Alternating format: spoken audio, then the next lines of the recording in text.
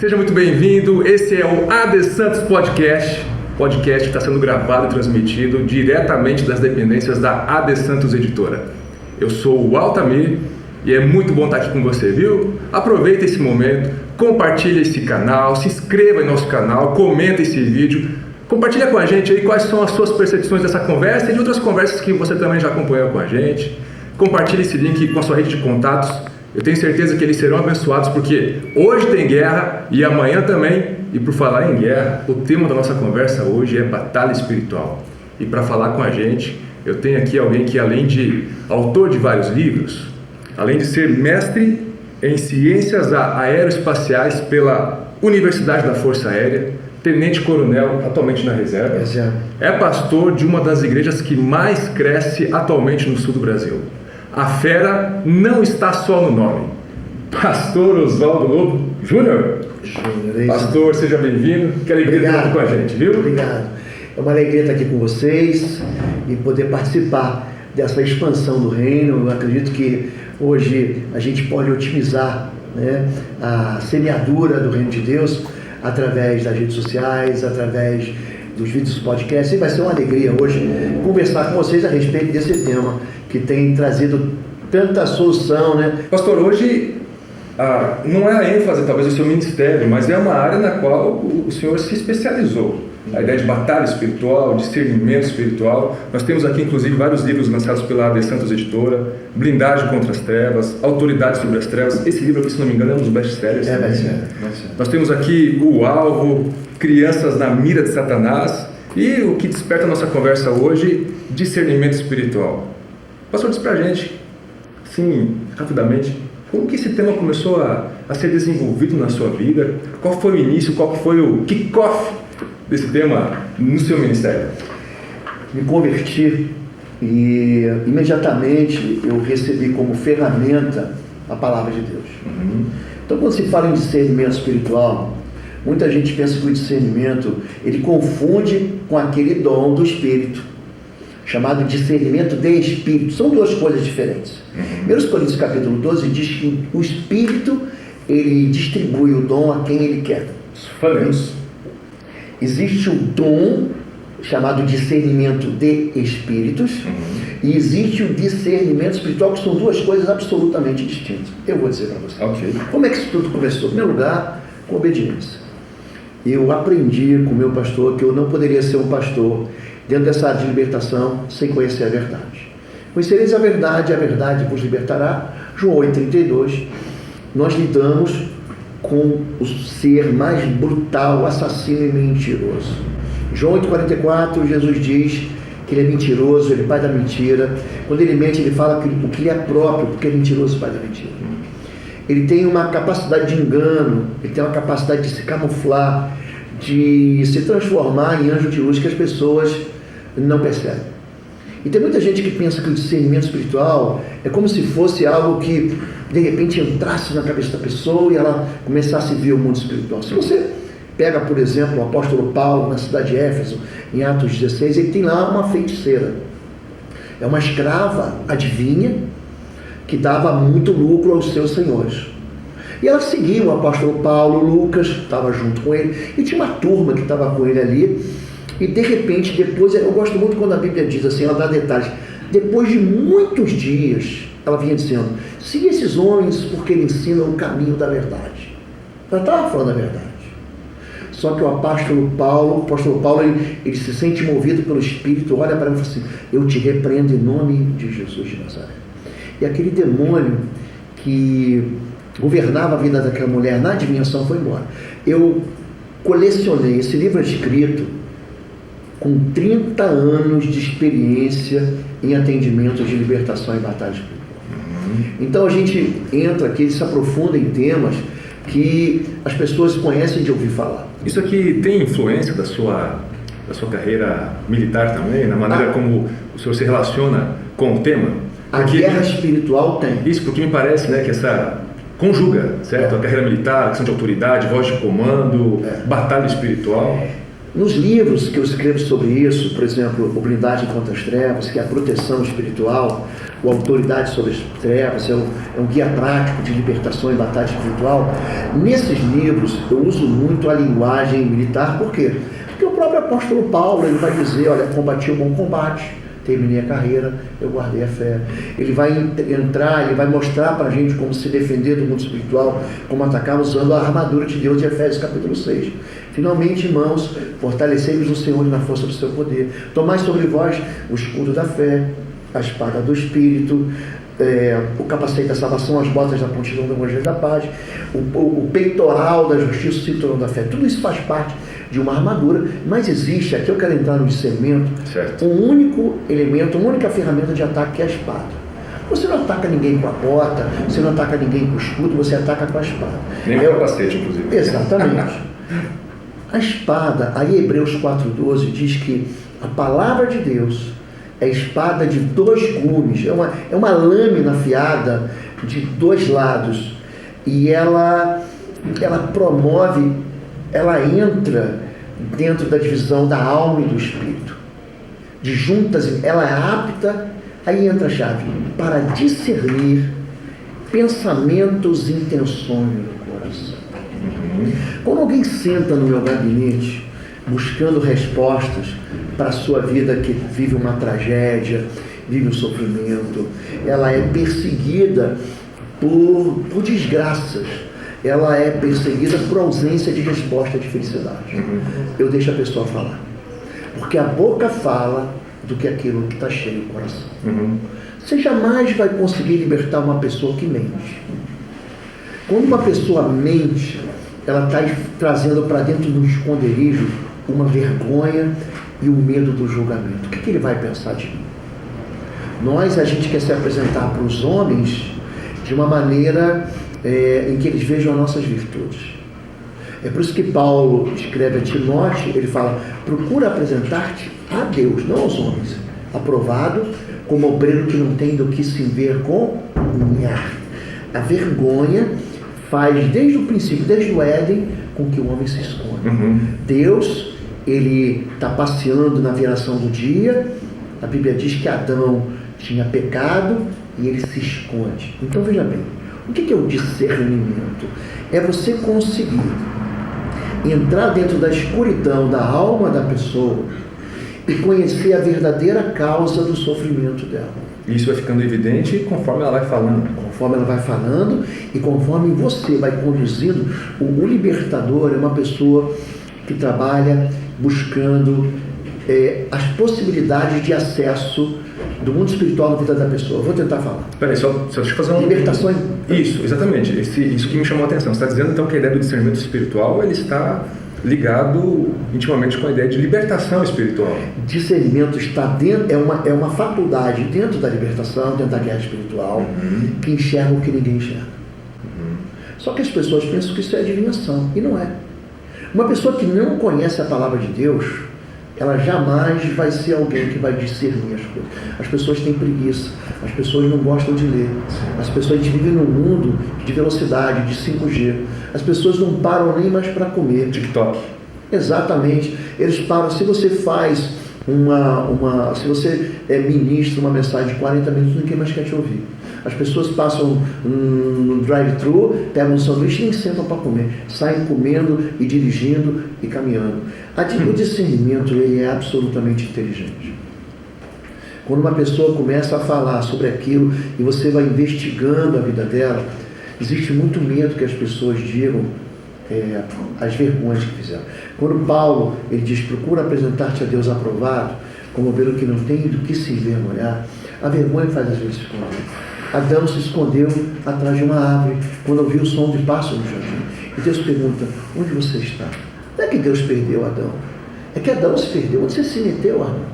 O que você fez para a tua vida? Então, existe uma maneira de discernir. A palavra discernimento, ela significa um julgamento perfeito. Eu vou discernir, eu vou investigar, eu vou capturar exatamente aquilo que aconteceu e vou trazer resposta para a vida da pessoa. Eu vou te dar um exemplo. Vida financeira desgraçada, a pessoa deve em tudo que é lugar, a pessoa ela não tem fontes de onde ela vai receber os recursos dela, ela vive uma vida de miséria ou de falência econômica. Estou falando de dinheiro aqui. Certo. Aí você ouve a pessoa e você descobre que ela fala em 1, 2, 3, 4, 5, 6 fundamentos financeiros. Só para você ter uma ideia, os 5 primeiros livros da Bíblia, chamados de Torá, Gênesis, Êxodo, Levítico, Números e Deuteronômio, tem 100 princípios de enriquecimento. 100. 100 princípios. 100 princípios, só nesse livro. O próprio Sermão do Monte de Jesus, 20% daquilo que ele fala no Sermão do Monte em Mateus, 20% ele fala sobre dinheiro. Ele dá para a gente informações a respeito da prosperidade. Só que a gente não quer prosperar. Então, quando alguém vem no gabinete e ele fala para mim assim, ó, você vai investigar, ele está gastando mais do que ele ganha, ele não está trabalhando, ele não está usando o dinheiro de maneira sábia, eu digo para ele assim, onde vai o seu dinheiro? Aí ele tem 3, 4 cachorrinhos. Você sabe quanto é que custa um pet? O pet é uma família. É uma família. O pet é um filho. Aí quando você fala assim, você vai ter que dar o pet. Ele fala, não, pastor, o meu pet é da família, é meu filho, é meu parente. Então a pessoa não quer consertar a vida, por quê? Porque as emoções deles traem eles. Tem gente que não gostou de ouvir isso agora pelo nosso podcast. A pessoa tem 2 carros, uma moto, paga IPVA, paga IPTU, paga IPVA, paga seguro do carro. Eu digo para ele assim, fica com um carro só. Não. Ou fica sem carro, período. Eu não posso. Então as pessoas elas não querem sair do buraco. Vou entrar dentro de uma outra área, que é a área dos sentimentos, da afetividade. Certo. As afeições. As afeições. Por exemplo, uma pessoa que vive amasiadamente. Essa pessoa ela está vivendo uma ilegitimidade espiritual no seu casamento. Ela está com todas as portas abertas para haver uma infiltração maligna. A libertação e a batalha espiritual, elas são fracionadas, não é a mesma coisa. Quando você pega a libertação, batalha espiritual e cura da alma, seriam 3 faculdades dentro de uma mesma universidade. Na universidade não tem a faculdade de medicina, a faculdade de enfermagem, a faculdade de ciências biomédicas, são faculdades diferentes dentro de um mesmo campus universitário. Assim a libertação, a batalha espiritual e cura da alma. E qual que é esse campo? Exatamente, foi isso, os livros que vieram a partir da década de 70, 80 e 90, eles misturavam tudo. E o que eu fiz? Eu separei, eu sistematizei o ensino disso. Então, quando você fala de libertação, a libertação, ela procura as causas da exploração demoníaca. A libertação, diferente do que muita gente pensa, não lida com demônios, lida com sujeira. Com sujeira. Os demônios se alimentam de pecado. Demônios se alimentam de imoralidade, de idolatria, de rebelião, de ódio, de amargura. Essas são as sujeiras. Eles comem. Se não houver pecado, não tem demônio. Jesus denuncia Satanás e seus demônios da mesma maneira. Espírito imundo. Se sem sujeira não tem demônio, o que a serpente estava fazendo no mundo perfeito de Deus? A serpente é a mais astuta das animais. O mundo que Deus criou foi um mundo perfeito. Foi um mundo sem pecado. Como é que o pecado entrou no céu? A pergunta é idêntica. Se Deus fez os anjos, como é que o pecado entrou no céu? Quando Paulo ele escreve a Tito e a Timóteo especialmente, ele fala assim, quando se levantar alguém no ministério, ele não pode ser ninguém neófito. O neófito é aquele que nasceu agora, é o brotinho, né? O neófito é o novo, para que ele não caia na condenação do diabo. Qual foi a condenação do diabo? Foi ele achar que ele podia viver sem Deus. É comum, eu pego pessoas no gabinete que vão buscar ajuda, que você vai orar e manifesta uma entidade, um demônio. O demônio fala assim, eu estou aqui desde a infância, eu estou aqui desde o ventre da mãe. Quer dizer, ela provavelmente foi uma criança que foi afetada, não, certamente, não, provavelmente, pelo espírito imundo a vida dela inteira. Mas aí você está dizendo que batalha espiritual ou o Ministério de Libertação, você até citou exemplo, né? Não está lidando diretamente com os demônios em si, mas com a sujeira ou com a legalidade. Com isso você está me dizendo que o mal que se instala na vida das pessoas, ele tem porta de entrada através de outras pessoas. Então, eu não, autoridade. Então eu não posso ficar usando a ideia de batalha espiritual, discernimento, ou esse espectro todo de batalha espiritual para, digamos assim, terceirizar as minhas responsabilidades. Tem 3 aspectos. Eu falei sobre libertação, eu quero descobrir por que o demônio está ali. Eu quero tirar. Então isso aqui, imagina que isso aqui é algo podre, tá bem? Eu não preciso chamar mosca, a mosca vem automaticamente. Se você deixa na mesa da sua sala algo estragado, uma comida estragada, a mosca vem. Se você for na lixeira, tem um monte de mosca, tem um monte de larva, tem um monte de barata. Não adianta você ir lá e jogar matar mosca. Você tem que tirar a sujeira. Então a pessoa que não perdoa tem que perdoar. Olha, a ausência de perdão. Olha o que eu estou falando para você. As pessoas pensam que são os rituais satânicos, o sangue inocente derramado, que são as imoralidades sexuais, que promovem as piores manifestações demoníacas. Você está falando com um homem que está há 30 anos desse universo de libertação e batalha espiritual e corredor. As manifestações mais difíceis que eu tive que lidar foram relacionadas à ausência de perdão. Todas elas. Amargura, ódio e culpa. Amargura é quando eu te odeio porque você me fez o mal. A culpa é quando eu me odeio porque eu fiz o mal contra você. Então é uma via com 2 sentidos, é uma direção com 2 sentidos. Agora, quando eu falo de batalha espiritual, aí sim, tem pessoas que são libertas sem manifestação demoníaca. Lucas capítulo 13, verso 10, conta a história de uma mulher encurvada, Jesus tocou nela, seja livre, o texto é muito claro, ela era possessa de um espírito de enfermidade, um demônio que trazia para ela uma enfermidade, ela ficava encurvada. Todo mundo pensava que o problema dela era clínico, só que o problema dela era espiritual. No momento em que Jesus diz, mulher, estás livre da tua enfermidade, ela se levanta, ela deixa aquela condição de enferma e glorifica a Deus. Jesus diz, por causa de uma discussão, eu não deveria libertar essa mulher no dia do sábado, a qual Satanás mantinha presa há 18 longos anos. Ela tinha um espírito que governava ela há 18 anos. A libertação, ela nem sempre vem carregada de guerra espiritual. Você liberta sem manifestação demoníaca. Agora, a batalha espiritual sempre vai ter manifestação demoníaca. Se você entra, no livro de Atos, por exemplo, havia os 7 filhos do sumo sacerdote de Eva, eles entram na casa de um homem endemoniado, ele salta contra eles, os machuca, eles saem dali humilhados. Ou seja, houve guerra espiritual, mas não houve libertação. A manifestação ocorreu, mas não houve libertação. Então são 2 áreas diferentes. Pastor, quando eu volto, só para poder fechar a questão da criança, você fala para mim assim, existe acesso na minha vida quando quem é responsável por mim, o meu pai, o meu líder, o meu tutor, o meu pastor, ele contra mim, ele é capaz de abrir essa porta. Eu vou chegar em Malaquias 2. O que Deus fala em Malaquias capítulo 2? Ele diz para os sacerdotes, olha, vocês que não honram o meu nome, eu vou amaldiçoar as vossas bênçãos. E já as tenho amaldiçoado. Malaquias 2 deixa claro que você, quando está debaixo da cobertura de um pastor que não leva a sério Deus, até aquilo que ele tenta fazer o bem se transforma em mal. Aí eu entro no campo da maldição, que é um campo que eu explico muito bem no livro de Discernimento Espiritual. Muita gente pensa, você falou assim, aqui eu quero responder a tua última pergunta. Tá, a responsabilização. A questão da responsabilidade. Eu quero que eu desafie qualquer pessoa que está vendo aqui o podcast. Eu quero que alguém me diga aqui, qualquer pessoa, me mostre um versículo, uma porção da Bíblia que diga que a maldição vem do diabo. O nome é feio, maldição. Mas a maldição não vem do diabo. A bênção e a maldição têm uma fonte só.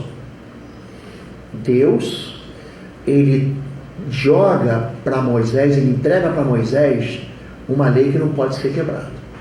A lei da bênção e da maldição, ela é bíblica. Você vai encontrar em toda a Escritura a palavra bênção e a palavra maldição. A bênção, ela é uma resposta à tua obediência. A maldição é uma resposta à tua desobediência. Exemplo claro, Deuteronômio 28:1. Se você atentamente ouvir a voz do Senhor teu Deus para obedecer, essas bênçãos te perseguirão e te alcançarão. Bendito serás ao entrares, bendito serás ao saíres, bendito serás no campo, bendito serás na cidade, bendita a obra das suas mãos, a cria das tuas facas, o fruto do teu ventre, o teu filho. O Senhor abençoará os teus celeiros, o Senhor abençoará tudo que tiver nas tuas mãos. Os teus inimigos virão por um caminho, por 7 fugirão. Quem se levantar contra ti em juízo será derrotado. Ele está dizendo que a obediência, ela promove benefícios na minha vida.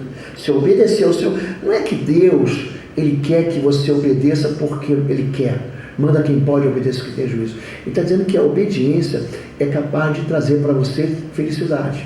Os 10 mandamentos de Deuteronômio 5, de Êxodo capítulo 20, são aquele, não terás outros deuses, não farás para ti nenhum ídolo, guarda o dia do descanso, não tome o nome de Deus em vão, honra teu pai e tua mãe, não mate, não roube, não adultério, não deseje aquilo, não cobice aquilo que não é teu. Ele está dando para a gente 10 leis de felicidade. Quando Deus fala não mate, Ele não está protegendo o fraquinho, o vulnerável. Ele está protegendo você de ser um assassino.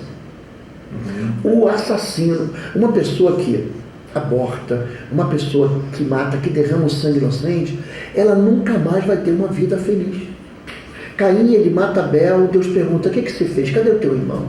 Você a partir de hoje vai ser peregrino, vagabundo, você vai trabalhar, a terra não vai dar a sua força, e aquele que te encontrar vai querer te matar. São casos que eu recebo, e eu começo a olhar, eu começo a discernir. Daí vem o ponto de discernimento. A pessoa diz: pastor, eu sou falido, não paro o emprego. Oi, gente, um rápido intervalo. Você que ainda não é membro, seja membro do canal para nos abençoar. Dá um like, compartilha. E se você quer crescer em libertação e batalha espiritual, vai lá na nossa loja www.institutoexodo.com. Os nossos livros estão lá, que vão fazer você crescer nessa área e se tornar um valente na batalha. Deus te abençoe. Eu já tive 8, 10 esposas, eu já vivi assim, eu vou pulando de cidade em cidade. Ele é peregrino. Mas não tem uma tensão nisso aí, pastor? Porque Caim, embora ele fique com essa questão da maldição, né? Da marca que ele carrega, ele funda a primeira cidade bíblica. A gente sempre pensa que o objetivo de Deus era o jardim, né? Tem até uma religião aí que nos entrega revistas aí sábado de manhã ou domingo de manhã, onde parece que o céu é um céu de fazenda, né? Céu de brigadeiro, como a gente tinha na Força Aérea, né? Não posso falar nada, né? Autoridade aqui. Mas quando você olha Apocalipse, o objetivo de Deus sempre foi as cidades. Né? Deus... O universo, vamos dizer assim, a humanidade começa no jardim, mas ela termina numa cidade. Caim é o fundador da primeira cidade, mesmo com a marca de maldição e tudo mais. Tem uma tensão aí. Embora ele tenha essa ideia da desobediência, do que aconteceu, o fato de ele ter se tornado um assassino, ele ainda continuou, eu não sei se eu posso dizer isso, mas depois você corta aí, tá, cabelo? Prosperando. Não prosperando. Parte da vocação divina que havia nele ainda aconteceu. Me explica essa tensão. Mas continuou para o bem ou para o mal? Qual foi a cidade que Caim construiu? Qual foi a cidade? Cidade de... Existem 2 cidades. Vamos falar sobre demônios territoriais aqui? Já que você falou de cidade? Bora lá, estamos dentro. Tem tempo aí, cabelo, manda ver. Cara, até eu tenho pergunta aí. Vamos falar sobre demônios territoriais. Os demônios são territoriais? Então, quando você encontra Jesus, ele vai numa cidade chamada Gádara. Mês que vem eu estou indo para visitar de novo, estou levando uma caravana para Israel. Eu gosto de chegar com o povo. Gádara hoje é na Jordânia. Então ela fica numa região a leste do mar de Tiberíades, que a gente chama de Mar da Galileia. Ali Jesus expulsa um demônio, e o demônio fala assim para ele: nós somos muitos, meu nome é Legião. É lógico que naquele tempo o que a gente tinha de ideia de formação militar mais forte era a legião romana, que ia de 2.000 a 6.000. Eram as centúrias, os centuriões se juntavam às legiões que eram governadas, que eram comandados por um tribuno. Seria um general de 4 estrelas hoje, ele tem 6.000 homens. Ele fala: nós somos muitos, de 2.000 a 6.000 homens. Então, nós somos muitos, mas não nos mande para fora dessa província, não nos mande para fora dessa região. Você repara que a igreja de Sardes e a igreja de Pérgamo, elas estão, eu sei onde você está, onde está o trono de Satanás. Você repara que Daniel capítulo 10, Daniel ora por 21 dias, ele chora, ele se humilha, ele jejua, aquele jejum parcial, um anjo vem e fala assim: desde o primeiro dia que você começou a falar, são ouvidas as tuas palavras no céu, e eu vim por causa das tuas palavras, mas o príncipe da Pérsia me impediu. Então Miguel, o príncipe maior, veio aqui me... Então essa ideia de cidades endemoniadas, de cidades cativas, ela não é verdadeira. Então você está dizendo que mesmo ainda portando parte da vocação divina, nós querendo fazer aquilo que Deus nos dá naturalmente para fazer, a gente perverte isso? Verdade. O ser humano tem um coração corrupto. Ontem nós tivemos um jogo aqui em Curitiba e o pau quebrou aqui. As pessoas brigaram no campo, e jogo de uma torcida só. Por que que isso acontece? Porque o coração do homem, ele é pervertido. Perverso é o coração do homem, mais corrupto do que todas as coisas. O pecado, ele está aqui dentro. Se uma pessoa não tem um encontro com Jesus, o pecado fica. Eu quero levar, esse podcast aqui é tão interessante, ele é tão farto de ideias. Quando eu falo sobre, você falou sobre cidades, de Caim, e termina numa cidade. Na verdade, as duas cidades mais citadas na Bíblia são Jerusalém e Babilônia. A Babilônia, ela aparece no capítulo 11 como uma rebelião do homem que está se preparando para quê? Para um novo juízo de Deus. Deus vem, ele se arrepende de ter feito um homem, ele separa a família de Noé, eles constroem uma arca e vem o dilúvio. O dilúvio não limpou o pecado do coração do homem. E aí o que o homem faz? Vai vir outro dilúvio, vamos construir uma cidade que suba até o céu. Vamos ser famosos. Por quê? Porque se Deus trouxer o juízo, o que eu faço? Eu escapo. Por que se tornou Babel? Porque Babel significa confusão. A gente se entende porque a gente fala português. Eu fui na Rússia, preguei na República Tcheca, você não entende nada que eles falam. Você não entende a palavra táxi na República Tcheca. Porque a língua separa a gente. A língua vai segregando a gente. O discernimento espiritual, ele é capaz de ver aquilo que ninguém vê. Não existe libertação sem Jesus. Você não vai libertar ninguém sem Jesus. Porque o espírito imundo vai sair, ele vai voltar e vai dizer o seguinte: Lucas capítulo 11, Mateus capítulo 11, voltarei à minha antiga casa de onde saí, enquanto ela limpa, vazia, adornada, e traz 7 piores. É aí que manifesta aqueles 7 giramundos, 7 saias, a pomba gira das 7 encruzilhadas. Esses espíritos imundos, eles já vêm carregados por causa de pessoas ou que se consagraram a esses espíritos, ou não sofreram o processo de libertação completo. Expulsar demônios é fácil. Libertar cativos é que é difícil. Você dizer, sai em nome de Jesus, o espírito imundo pode estrebuchar, é um piti espiritual. Ele grita, ele xinga, ele diz que não vai sair, mas ele sai. A libertação é tirar a sujeira. Aí você vai na casa e diz, essa literatura que o teu filho tá recebendo, está engolindo, está comendo, essa literatura está envenenando o coração dele, está abrindo possibilidade. Você usou uma palavra que eu não gosto de usar. Legalidade. Essa palavra não é bíblica. E eu trabalho com libertação dentro da Bíblia. Conhecereis a verdade. O que Paulo diz aos Efésios, ele fala, não deis lugar ao diabo. Ele está falando de amargura, de ódio. Lugar aí no grego é topos, é permissão dada, é jurisdição. Não dê jurisdição para que ele atue na sua vida. O que estava acontecendo naquela família? Havia sangue inocente, havia aborto dentro da casa, havia prostituição naquele lugar de prostituição, havia ocultismo. A casa toda era um lugar em onde eles ofereciam um banquete para os demônios. Eu não falei que demônio se alimenta do pecado? Tinha o pecado. O menino foi, fez uma fogueira, jogou os livros fora. A vovozinha que fazia aborto, parou de fazer aborto. Aquelas reuniões ocultistas e prostituição. Gente, hoje essa família, isso tem 10 anos, aquele menino está no seminário. Por que não tem mais manifestação demoníaca? Por que Jesus não chegou para os apóstolos assim, vamos chegar em Cafarnaum, em Betsaida, em Jerusalém, e vamos expulsar, fazer um ato profético aqui, e vamos expulsar demônios? O povo gosta dessas coisas, mas isso não funciona no mundo espiritual. Altamir, Jesus sabe o que ele faz? Ele denuncia pecado. Ai de ti, Corazim, ai de ti, Betsaida, porque se em Tiro e Sidom, lá na Síria, lá no norte, fossem feitos os sinais que foram feitos aqui, eles teriam se arrependido com o pano de sal e cinza. Em Mateus 23, Jesus chega diante de Jerusalém, no monte chamado Monte Scopus. Ele fala, Jerusalém, Jerusalém. Ele começa a denunciar pecado, do que mata os profetas, apedrejos que são enviados. Quantas vezes eu quis te ajuntar e você não quis? Rebelião, a tua casa vai ficar deserta. Uma casa deserta é o quê? É um antro de Satanás.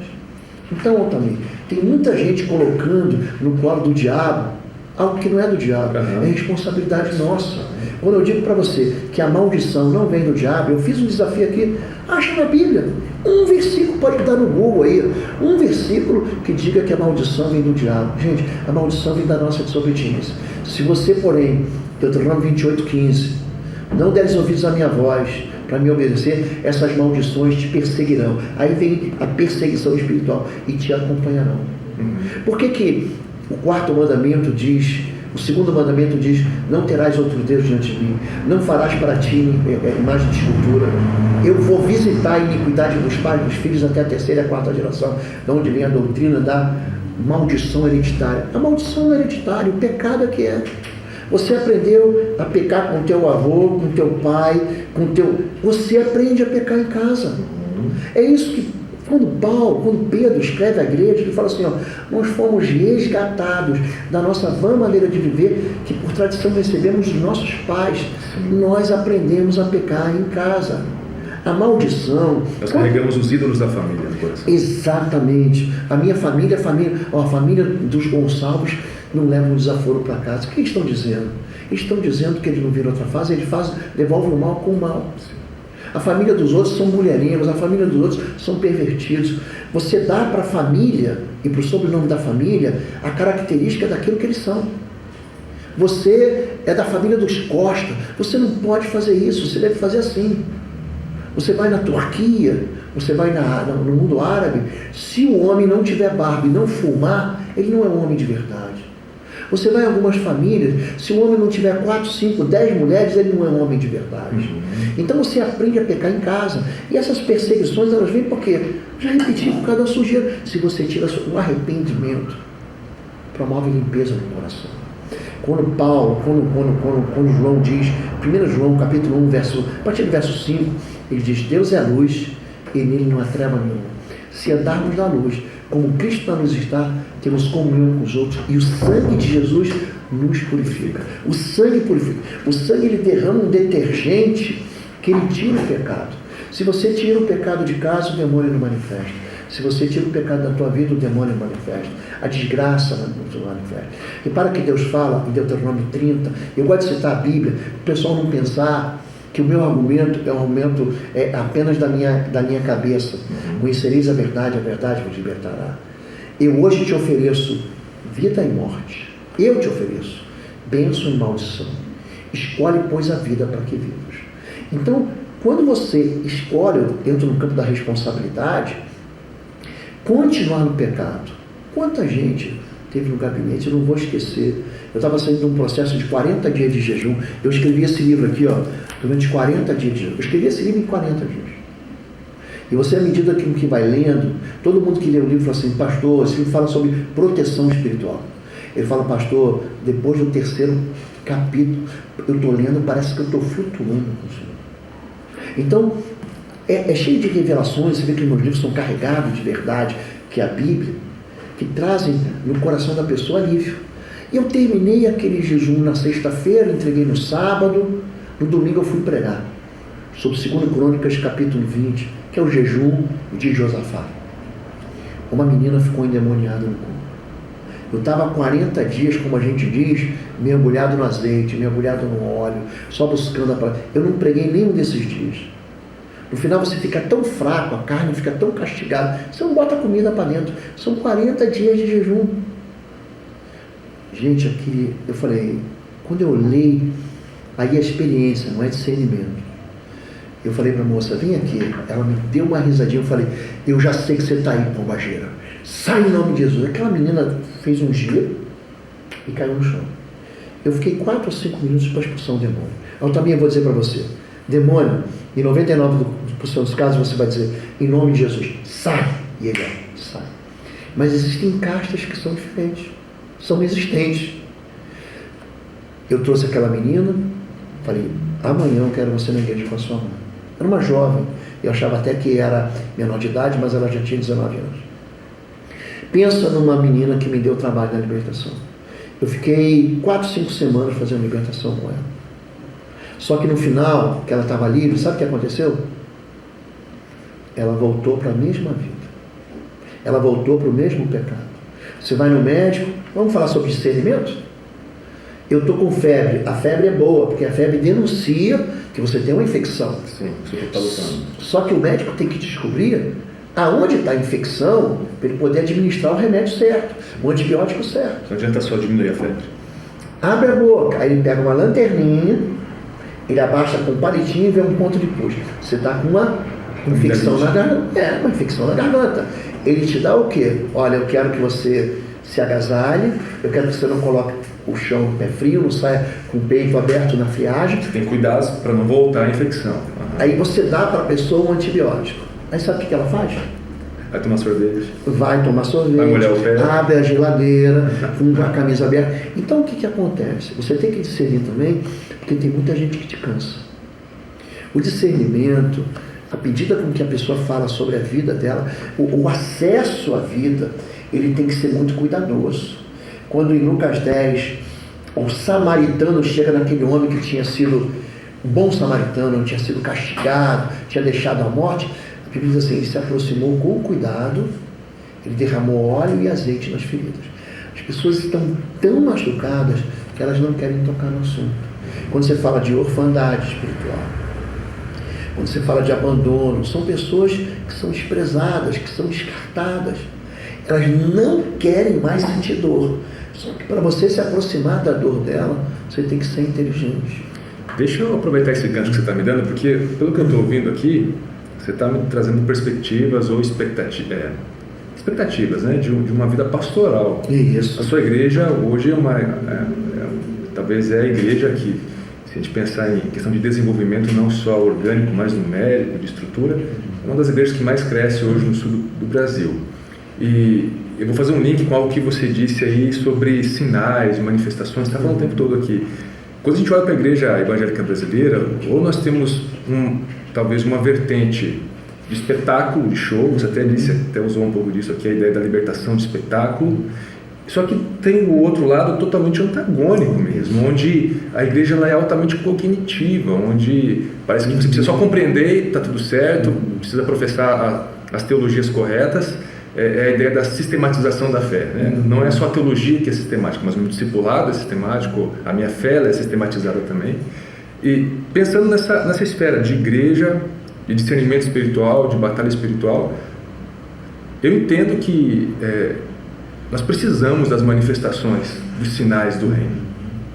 Paulo fala, 1 Coríntios, a ideia de que não cheguei até vocês com palavras vãs de sabedoria, não tentei sistematizar para vocês o passo 1, o passo 2. Eu demonstrei o poder de Deus. A minha mensagem chegou com o poder de Deus. Eu acho que essa é uma área, na minha perspectiva, eu posso estar errado, você me corrija, pastor. A igreja ela sofre por abandonar a ideia da manifestação do poder de Deus ou por fazer do poder de Deus uma questão de espetáculo. Você como pastor, com toda essa perspectiva pastoral, como que a gente consegue abrir espaço em nossa vida de igreja para manifestações do reino, para sinais do reino, mas sem o desprezo da cognição ou sem a ênfase midiática do show, do espetáculo, que também afasta as pessoas. A chave para isso que você está perguntando é equilíbrio. Equilíbrio. Eu trabalho, você fala sobre a igreja que cresce. Eu não trabalho sozinho. Eu trabalho com um colegiado. O que é um colegiado de pastores? É um somatório de competências. Então nós temos pastores que trabalham com libertação e tem pastores que trabalham com pastoreio. E tem pastores que trabalham com pastoreio de crianças, de jovens, de adolescentes. Isso chama-se equilíbrio. Por que as igrejas, você usou o termo cognitivas, né, que são usadas para sistematizar, rejeitam as manifestações por causa dos abusos? Por causa... as pessoas... Você usa a pessoa que está vivendo dentro de uma jaula espiritual como motivo de espetáculo. Eu não fico inventando coisas, o meu linguajar não é evangeliquez, o meu linguajar é bíblico, porque a palavra de Deus é que liberta, a verdade é que liberta. Quando eu digo para você que qualquer pessoa que mente eu não consigo libertar, eu estou dizendo que ela não confia em mim. Por que as pessoas não confiam em segredos? Porque elas já foram atingidas, pegaram o segredo dela e jogaram numa turbina. Sim. Se o pastor souber o que eu fiz, ele vai me excluir do ministério, As pessoas não estão aptas a lidar, a libertação, ela é carregada de compaixão. Então, se eu pego uma pessoa, ela já é vítima de Satanás, e eu levanto ela, coloco ela no altar e pergunto assim, o que você está fazendo aí? Você está expondo. Você está envergonhando. Tem gente que filma isso, que coloca no YouTube. Gente, isso é uma crueldade. Então você está participando não do reino de Deus, mas do reino das trevas. Porque o reino das trevas quer fazer isso com o homem. Então o ministério desequilibrado, ele assusta os pastores que não estão acostumados com isso. Esse livro aqui, à medida com que as pessoas vão lendo, você vai ver 10 tipos aqui. Eu começo falando sobre 10 tipos de falso profeta. 10 tipos que estão na Bíblia. O falso profeta, ele coloca um peso, é como se você estivesse nos ombros carregando alguém que tem 3, 4 vezes o teu próprio peso. A gente vai entrando na questão da bênção e da maldição para que a pessoa entenda que os caminhos que ela tomou, as escolhas que ela tomou, as decisões que ela viveu, trazem isso. Mas pastor, o meu pai é que fez isso. Então a gente tem que aprender o quê? A honrar pai e mãe, mas abandonar. Eu fui criado numa família que meu pai me ensinou a fumar desde os 12 anos. Eu também fumei desde os 13 anos. Eu fumei dos 13 aos 23. Só que com 23 anos eu conheci o Senhor. Eu falei, não, eu não vou seguir esse caminho do meu pai. Eu amo meu pai, eu honro meu pai, mas essa decisão eu tomei sozinho. Eu decidi ser marido de uma só mulher. Que história é essa de que eu aprendi com meu pai a ter um monte de mulher, então eu vou desonrar, eu vou ser desleal à esposa da minha aliança, eu vou quebrar minha aliança? Eu aprendi a ser violento, eu não posso mais. Então, existe. O Evangelho transforma. O Evangelho transforma. À medida com que você vai tirando da sua vida aquilo que é nojento, aquilo que é pecado, Cristo toma lugar na tua vida, e Satanás não tem mais acesso. O discernimento espiritual, quando a Bíblia diz, ela é apta para discernir pensamentos e intenções do coração. Ela é o ponto de partida para você cuidar de qualquer pessoa. Eu poderia escrever, o meu editor na época, o André, eu tinha escrito, eu acho que 700, 800 páginas. Então, é tanto conteúdo em 30 anos, eu tenho aqui a gratidão a todas as pessoas que confiaram em mim, no meu ministério, para vir pedir socorro. Eu coloquei tudo isso aqui com a permissão delas. Você vai ter uma coleção aqui de experiências que você vai ver aqui. É isso aqui que está acontecendo na minha vida. Esse livro aqui, ele tem muito amor. Esse livro aqui, ele tem, não é paixão, ele tem amor pelas almas. E vai fazer você sair dessa ideia desequilibrada, seja para um lado e para o outro, para o centro da verdade de Deus. Pastor, em nome da AD Santos Podcast, da AD Santos Editora, toda a equipe que está acompanhando aqui, inclusive você não pode ver, mas atrás da câmera aqui tem uma equipe acompanhando essa transmissão.